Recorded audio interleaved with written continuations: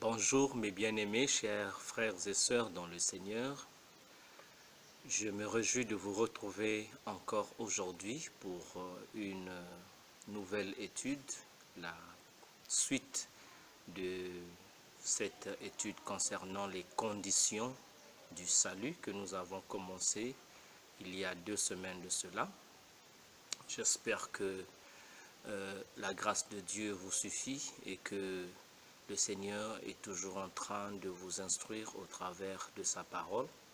Et je souhaite que ce partage que je vais encore faire avec vous en ces instants puisse être utile à votre foi et pouvoir aussi contribuer à une meilleure relation avec notre Seigneur et Sauveur Jésus-Christ.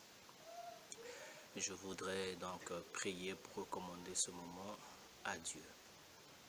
Seigneur, merci pour ces instants précieux que tu nous donnes de pouvoir nous nourrir de ta parole. Merci pour l'esprit de vérité que tu nous as donné pour nous conduire dans toute la vérité. Accomplis ton œuvre en ce moment, instruis-nous, instruis mes frères et sœurs et fais que cette foi que tu veux que nous puissions avoir en toi, en ton Fils Jésus, soit solidement ancrée dans nos cœurs et puisse être une réalité quotidienne dans nos vies. Bénis ces instants au nom de Jésus. Amen. Donc, tout dernièrement, nous avons parlé de la repentance, qui est la première condition du salut. Et maintenant, nous allons devoir parler de la seconde condition, qui est la foi. Pour nous, salutistes, le 8e article de notre foi dit ceci: nous croyons que la repentance envers Dieu, la foi en notre Seigneur Jésus-Christ et la régénération par le Saint-Esprit sont nécessaires au salut. Donc, tout salutiste croit que la repentance envers Dieu, la foi en notre Seigneur Jésus-Christ et la régénération par le Saint-Esprit sont indispensables au salut. C'est-à-dire, sans ces 3 choses, personne ne peut être sauvé. Mais dans ces 3 choses, nous voyons que les 2 premières sont la part de l'homme. Et la 3e chose, qui est la régénération, n'est pas une œuvre humaine, mais c'est une œuvre divine. C'est le Saint-Esprit qui accomplit la régénération en nous. Dans notre manuel de doctrine qui est intitulé « L'histoire du salut », il est écrit ce qui suit à la page 78 concernant la repentance. Il est dit: la repentance est un don de la grâce transmis par le Saint-Esprit. Bien qu'elle soit souvent accompagnée de tristesse, elle est essentiellement joyeuse et pas du tout morbide, parce qu'elle est notre réponse à la bonne nouvelle du salut. L'Esprit suscite en nous le désir de changer d'orientation. Nous prenons davantage conscience de notre péché et cela nous pousse non pas à désespérer, mais à lever les regards vers Dieu. Nous aspirons à nous détourner de notre égoïsme et de notre péché pour nous tourner vers l'amour désintéressé de Dieu. Nous sommes poussés à confesser nos fautes, à réparer ce qui peut l'être et à renoncer à un style de vie égocentrique. Mais elle ajoute, le manuel ajoute ceci: cependant, une vraie repentance doit toujours être accompagnée de la foi en Christ. On ne parvient au salut que lorsque la repentance est liée à la foi en Christ reçue comme sauveur. Donc il est évident que les gens peuvent se repentir, éprouver de la tristesse pour leurs péchés, demander pardon. Mais tant qu'ils n'ont pas placé leur foi en Jésus-Christ, le salut ne peut pas devenir une réalité pour ces personnes. Il faut la foi pour obtenir le salut. Dans Actes chapitre 16, le verset 31, l'apôtre Paul a dit au joaillier de Philippe: crois au Seigneur Jésus et tu seras sauvé, toi et ta famille. Voyez? Donc pour l'apôtre Paul, la seule chose que le joaillier devait faire, c'était de croire au Seigneur Jésus. Dans Jean chapitre 1, le verset 12, il nous est dit: à tous ceux qui l'ont reçu, à savoir ceux qui croient en son nom, et leur a donné le pouvoir de devenir enfants de Dieu. Ici, il est question de Jésus-Christ, ceux qui ont cru au nom de Jésus. Jésus leur a donné le pouvoir de devenir enfants de Dieu. Là encore, c'est le principe de la foi qui est énoncé ici. Dans son épître aux Galates, Paul a dit « Néanmoins, sachant que ce n'est pas par les œuvres de la loi que l'homme est justifié, mais par la foi en Jésus-Christ. Nous aussi, nous avons cru en Jésus-Christ, afin d'être justifiés par la foi en Christ et non par les œuvres de la loi, parce que nulle chair ne sera justifiée par les œuvres de la loi. » Galates chapitre 2, le verset 16. Et dans l'épître aux Éphésiens, Paul a écrit « Car c'est par la grâce que vous êtes sauvés par le moyen de la foi, et cela ne vient pas de vous, c'est le don de Dieu. » Éphésiens chapitre 2, le verset 8. Nous sommes sauvés par la foi. Donc, il ressort clairement de ces différents passages que la foi est nécessaire au salut. Et cette foi doit être placée en Jésus-Christ, le Fils de Dieu. Alors, qu'est-ce que la foi? La foi, c'est l'acte d'obéir comme une réponse à la parole de Dieu. Donc, la vraie foi est exprimée par l'obéissance et l'action en réponse à la parole de Dieu ou la voix de Dieu. L'auteur de l'épître aux Hébreux, au chapitre 11, le verset 1, nous donne une définition de la foi.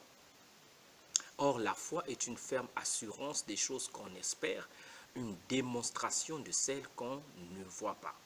Donc, nous avons ici l'idée de la certitude, de la conviction. La foi est une certitude, la foi est une conviction qui est basée sur des réalités invisibles, des choses qui sont espérées.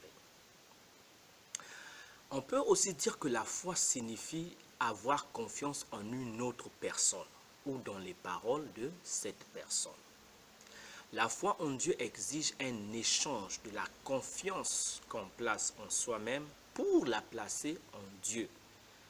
Donc, lorsque nous avons la foi, nous cessons d'avoir confiance en nous-mêmes et nous plaçons notre confiance en Dieu. Il y a le passage de Romains, chapitre 3, versets 27 et 28 qui peuvent nous aider à comprendre un peu cette idée.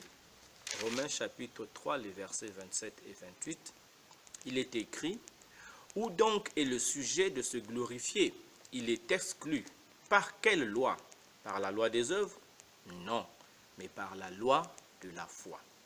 Car nous pensons que l'homme est justifié par la foi sans les œuvres de la loi. » Vous remarquerez que l'élément clé pour lequel Dieu a choisi le chemin de la foi, c'est que cela enlève toute vantardise humaine. La glorification personnelle est totalement exclue par la foi. Pourquoi? Parce que la foi n'est pas une œuvre. La foi est juste une adhésion à ce que quelqu'un d'autre a accompli. Donc la gloire dans le salut ne revient pas à l'homme qui croit, mais la gloire revient à Christ qui a accompli cette œuvre-là en donnant sa vie sur la croix. Nous n'avons fait que tendre la main pour recevoir ce que quelqu'un d'autre avait acquis ou gagné pour nous. Donc, comme on le dit dans la théologie, il est dit que dans le salut, il y a la grâce qui est le don que Dieu fait à l'homme et il y a la foi qui est la main que l'homme tend à Dieu pour recevoir le don que Dieu lui a fait. Donc nous voyons ici que la grâce nous est donnée par Dieu. La grâce a été exprimée, personnifiée par Jésus-Christ. Et nous, notre réponse pour l'acquisition de cette grâce est la foi. C'est la main tendue vers ce que Dieu nous offre en Jésus-Christ. Donc la foi dont nous parlons ici, c'est la foi qui sauve. Mais la foi n'est pas seulement l'élément qui nous sauve. La foi est aussi l'attitude de toute une vie. C'est ce qu'on appelle par la foi au quotidien. La foi chrétienne qui se vit au jour le jour. C'est vrai que nous sommes sauvés par la foi, mais nous vivons aussi par la foi. Donc la foi, c'est la démarche de l'âme, la démarche spirituelle que l'âme entreprend du début à la fin de son existence terrestre.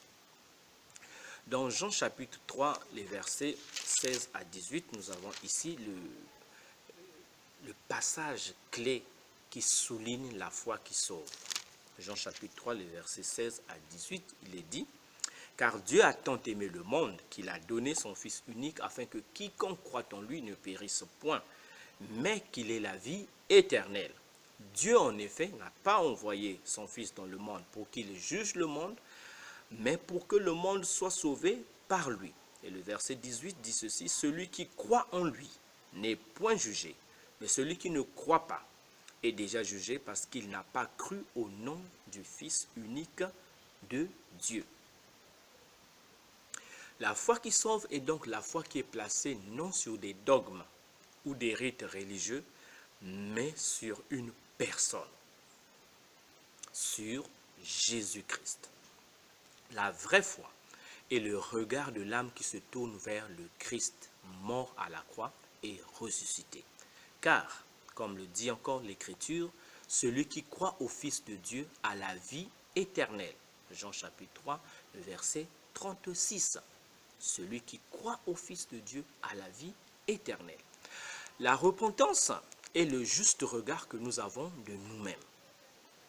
La repentance nous conduit à nous voir tel que Dieu nous voit, c'est-à-dire des êtres pécheurs et privés de la gloire divine. Elle est notre acceptation du jugement que Dieu fait de nous et de nos actes. Cependant, la foi est le juste regard que nous avons de Jésus-Christ. La foi nous conduit à reconnaître Jésus comme notre seul sauveur. Elle est notre réponse à ce que Christ a fait à la croix pour nous sauver. Donc, pour me résumer, je veux dire ceci.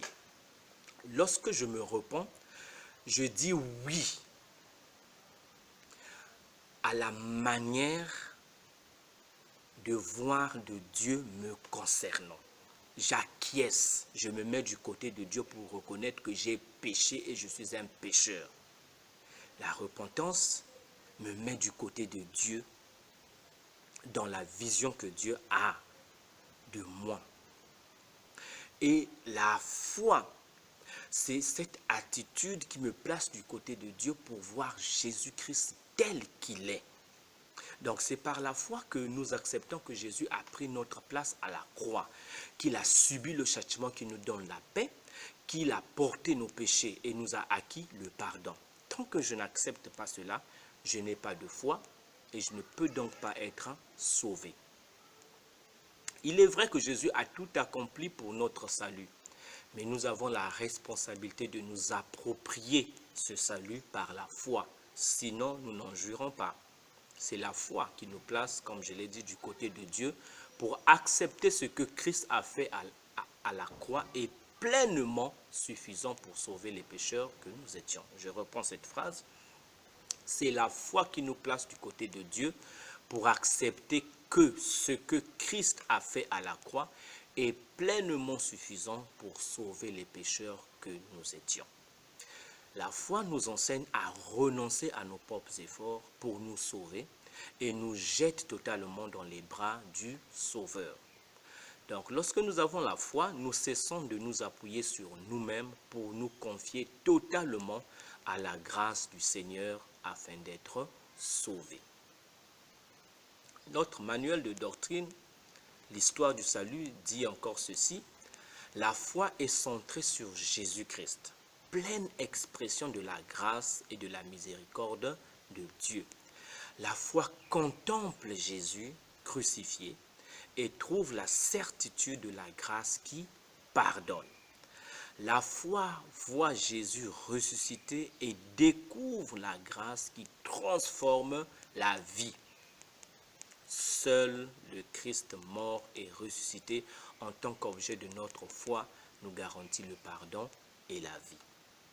Voilà ce à quoi nous croyons. Et c'est la vérité, car tel est le témoignage des Saintes Écritures. Nous devons également savoir que la foi résulte de l'action du Saint-Esprit en nous. Le Saint-Esprit qui nous convainc de justice. Comme aussi la repentance résulte de l'action du Saint-Esprit qui nous convainc de péché. Donc qu'il s'agisse de la repentance ou de la foi, c'est toujours l'action du Saint-Esprit en nous. C'est le Saint-Esprit qui produit en nous une véritable repentance et c'est le Saint-Esprit qui produit en nous également une véritable foi. C'est vrai que c'est nous qui croyons, mais si nous le faisons, c'est une grâce spéciale que Dieu nous accorde. Donc, en fait, il n'y a rien dans le processus du salut qui met Dieu à l'écart. Dieu est le premier à nous chercher et nous répondons à son appel. Le Saint-Esprit nous donne une révélation de notre nature de péché et nous repentons. Le Saint-Esprit nous révèle Jésus-Christ et son œuvre à la croix et nous croyons. Donc vous voyez que sans le Saint-Esprit, nous sommes abandonnés à nous-mêmes et nous ne pouvons pas être sauvés. Quand nous sommes sauvés par la foi, chers frères et sœurs, nous pouvons être sûrs de notre salut. Quand nous sommes justifiés par la foi, parce que la Bible dit que nous sommes justifiés par la foi. Ce n'est pas par nos œuvres, mais c'est par la foi. Et une fois que nous l'avons fait, nous pouvons être sûrs de notre salut. La certitude de notre salut repose sur les déclarations des Saintes Écritures. Prenons un texte, 1 Jean chapitre 5, le verset 13. 1 Jean chapitre 5, le verset 13, l'apôtre Jean écrit ceci. « Je vous ai écrit ces choses afin que vous sachiez que vous avez la vie éternelle, vous qui croyez au nom du Fils de Dieu. » Donc, de ce texte, nous trouvons que la certitude du salut ne vient pas de ce que quelqu'un peut nous dire, mais de ce que la Bible le dit. Une fois que nous avons placé notre foi en Jésus-Christ comme notre Sauveur et notre Seigneur personnel, nous avons la vie éternelle. Et le verset 11 dit ceci. « Et voici ce témoignage, c'est que Dieu nous a donné la vie éternelle et que cette vie est dans son Fils. » Et le verset 12 dit quoi? « Celui qui a le Fils a la vie. Celui qui n'a pas le Fils de Dieu n'a pas la vie. » Mon frère, ma soeur, toi qui te poses encore la question si tu es véritablement sauvé, tu devrais plutôt te poser la question, as-tu reçu Jésus-Christ comme ton sauveur? As-tu cru en lui comme ton sauveur? Si la réponse est oui, sache que tu as la vie éternelle, tu es sauvé parce que la Bible le dit sans équivoque. Celui qui croit au Fils de Dieu a la vie éternelle. Celui qui a le Fils a la vie éternelle. Voilà. La seule condition, c'est croire. Et ça, c'est un témoignage. La Bible nous donne un témoignage, une certitude extérieure. Mais nous avons également une certitude intérieure. Une certitude intérieure concernant le salut. Et cette certitude intérieure nous est donnée par le moyen du Saint-Esprit qui témoigne à notre esprit que nous sommes enfants de Dieu. Donc nous avons en fait deux choses qui témoignent pour nous donner la certitude de notre salut. Le premier témoin, ce sont les Saintes Écritures, la Bible qui nous dit que si nous avons cru en Jésus, nous avons la vie éternelle. Et il y a le témoignage intérieur du Saint-Esprit. Quand nous avons cru en Jésus, le Saint-Esprit vient habiter dans nos cœurs et il témoigne à notre esprit que nous sommes enfants de Dieu. Romains chapitre 8, le verset 16. nous dit ceci. L'Esprit lui-même rend témoignage à notre esprit que nous sommes enfants de Dieu. Et le témoignage de l'Esprit est plus grand, et plus vrai, plus authentique, plus digne d'être cru que celui des hommes. Le pasteur n'a pas pour rôle de te dire que tu es sauvé, que tu as la vie éternelle. Ton frère n'a pas ce rôle-là.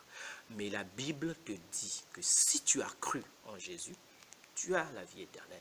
Et le Saint-Esprit que tu as reçu le confirme par un témoignage intérieur qu'il proclame à ton esprit, ton être le plus profond, que tu es enfant de Dieu. Et tous les enfants de Dieu sont des gens sauvés parce qu'ils sont passés par la nouvelle naissance. Tu ne peux pas être un enfant de Dieu sans avoir été sauvé. Donc, voilà, chers frères et sœurs, ce court partage que je tenais à vous faire avec vous concernant la foi. Donc, ici, la foi est la condition sine qua non, la condition essentielle, la condition indispensable pour être sauvé. Jésus a tout accompli à la croix. Le premier mouvement, c'est la repentance que nous avons vue dernièrement avec des exemples sur les prières de confession. Mais une simple repentance ne peut pas nous faire expérimenter le salut. Après la repentance, le pas essentiel qui doit suivre, c'est la foi. Donc, par la repentance, je reconnais que je suis pécheur, que j'ai péché. C'est une action qui me pousse à faire le nettoyage, la purification. Mais ce n'est pas tout. Je dois maintenant exercer la foi. Je dois placer ma confiance en Jésus, le recevoir comme mon sauveur, mon unique sauveur. Et en ce moment-là, je suis sauvé. Repentance et foi sont donc la responsabilité que chaque homme, que chaque femme a sur la planète Terre pour obtenir le salut de Dieu. Et une fois que ces deux pas sont accomplis, alors le Saint-Esprit produit en nous la régénération, la transformation intérieure qui fait de nous des nouvelles créatures, des enfants de Dieu, des saints en Jésus-Christ, des héritiers du royaume de Dieu.